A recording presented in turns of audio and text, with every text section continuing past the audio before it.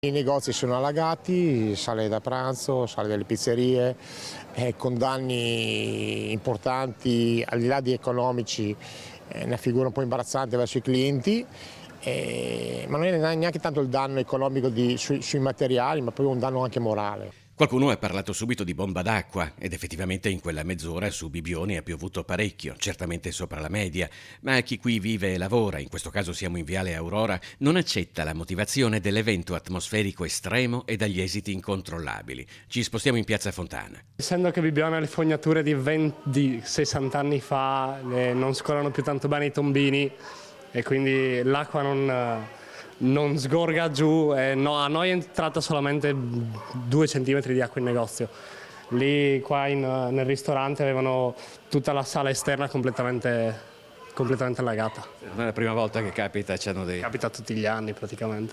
L'anno scorso è capitato il 10 di settembre, ha fatto svariati danni. Non è quindi la prima volta che verso la fine dell'estate si verificano problemi legati ad una pioggia più abbondante e Bibione si trasforma, come ci racconta questa ragazza che lavora in Via delle Costellazioni. La strada verso là, tipo da quando iniziavano i San Pietrini, credo i San Pietrini, vabbè, comunque fatto sta che era tipo allagata e vedevi la gente, cioè, che andava scalza, poi anche i bambini che giocavano nelle pozzanghere. Era tutto molto bello se non avessi dovuto tornare a casa dopo lavoro. Diciamo che è un po' un tallone d'Achille perché quando scendono delle gocce in più e la rete fognaria va un po' in deficit, ecco, bisognerebbe un po' risolvere questo problema.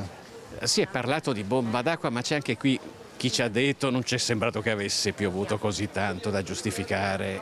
Oddio, adesso non so i millimetri, non credo proprio una bomba d'acqua, c'è stata abbastanza acqua, però non credo una bomba, adesso non so i millimetri. Insomma. Lei ha mai avuto problemi, avete mai avuto danni durante una di queste alluvioni?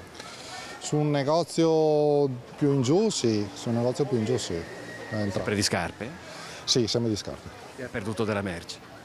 Qualcosina. La fortuna è che questa volta la pioggia è caduta in un momento in cui i negozi e i ristoranti erano aperti e si è potuti intervenire subito. Io ero qui dentro in negozio che sistemavo e fortunatamente sono riuscita a chiudere tutto in tempo e a mettere gli asciugamani e a chiudere la parte dove entrava l'acqua. Diciamo, se fosse capitato di notte quando nessuno è presente, i danni ci sarebbero stati di più. Certamente, sicuramente, anche perché di notte insomma nessuno è in negozio, quindi tempo di arrivare, ti ritrovi l'acqua invece che trovarti a 1 metro dalla porta, te la ritrovi fino in magazzino. Non so di chi è la colpa, però onestamente commercianti, imprenditori, tanti colleghi mi hanno scritto perché io ho postato dei video, onestamente la nostra situazione imbarazzante con i clienti che avevano le scarpe bagnate, i nostri camerieri hanno pulito, le nostre ragazze hanno pulito in maniera splendida, ci sono tolte proprio, sono bagnate scarpe, calzini, hanno pulito quello che potevano fare.